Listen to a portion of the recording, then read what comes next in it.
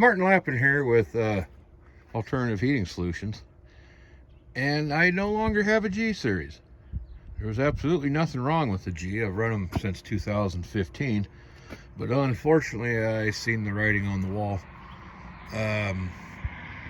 Earlier this year I thought we just tweaked my shoulder. Well, it turned out torn rotator cuff.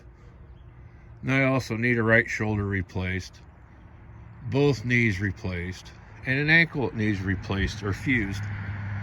So yeah, the days of running chainsaws and tromping through the woods was quickly coming to an end.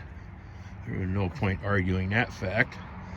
So I managed to trade in the G on this B, which, if you don't know the nomenclature, the B series stands for biomass.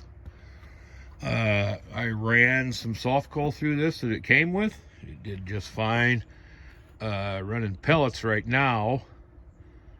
As soon as I get released, it's only been a month, but as soon as they let me do more with this arm, I'm going to a friend's place and pick up some wood chips and see how those work. If you've never seen one of these, it's a bit more involved than the G series, but pretty simple if you just go step by step. That turns your main power on. Pretty much everything's protected by its own breaker. And if you want the pumps to run without the controls running, you just flip that first breaker off. And see, here we just started a cycle. And it's pretty cool. You go down through it and it'll tell you what's running. The air pump's on for the self-igniter. Igniter's on, agitator's on, fuel auger's on. Yeah, it's pretty cool. I can stand here and watch this for quite a while. And I'm not sure how well it'll turn up.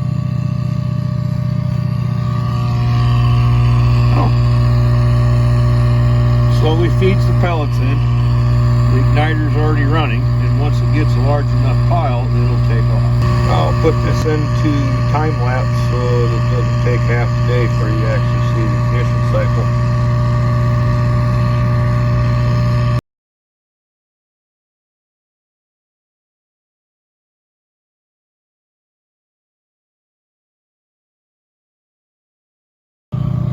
So what we have here is feed auger runs for 4 minutes. Then after the feed auger is done, the igniter runs for a minute. Then it kicks the draft fan on. Once it reaches a preset temp, the igniter and everything else shuts off, and feed auger and the draft fan run.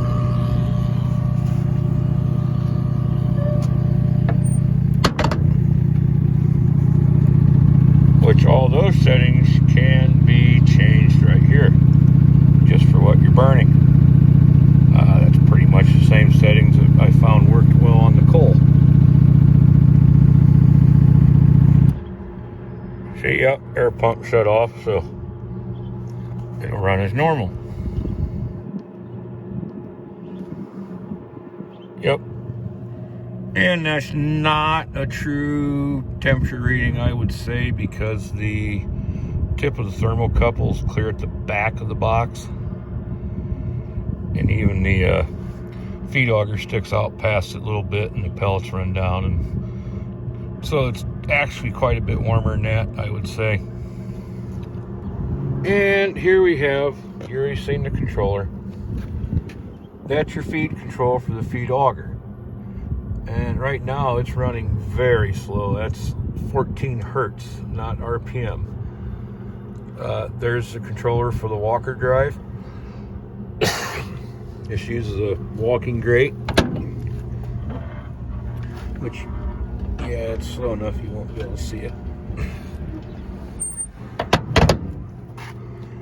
And this stove came with all the bells and whistles from the factory. It has a self-igniter, of course, self-cleaner for the turbulators.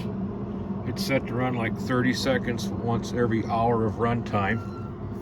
And it even came with the self-cleaning ash auger. That runs, I think I got that set for like 30 seconds every 2 hours. Because you do want to keep enough ash in the bottom of the burn chamber to keep that auger covered so it can't suck air through that assembly. So something else that's kind of cool on these, you can place this controller into manual and individually turn on and off the different components manually for troubleshooting purposes. I got the walker on right now, and we'll turn it up a little bit so you can see it better.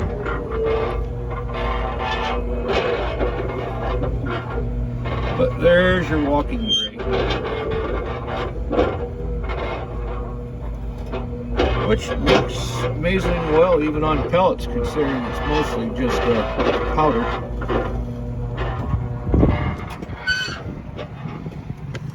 We'll put that back where I had it.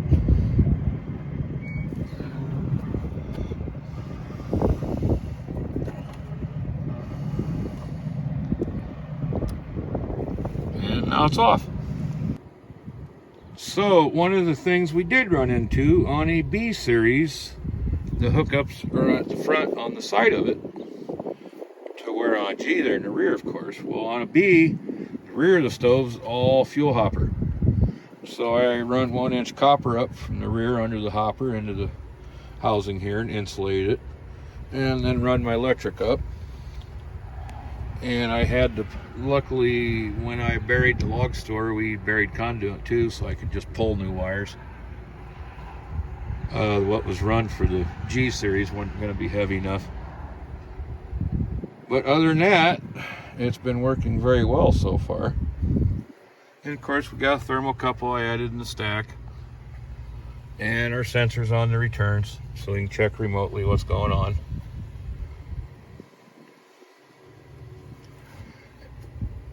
This has been Martin Lappin for Alternative Heating Solutions. As always, if you like our videos, then please subscribe to our channel. And if the women don't find you handsome, at least they can find you handy.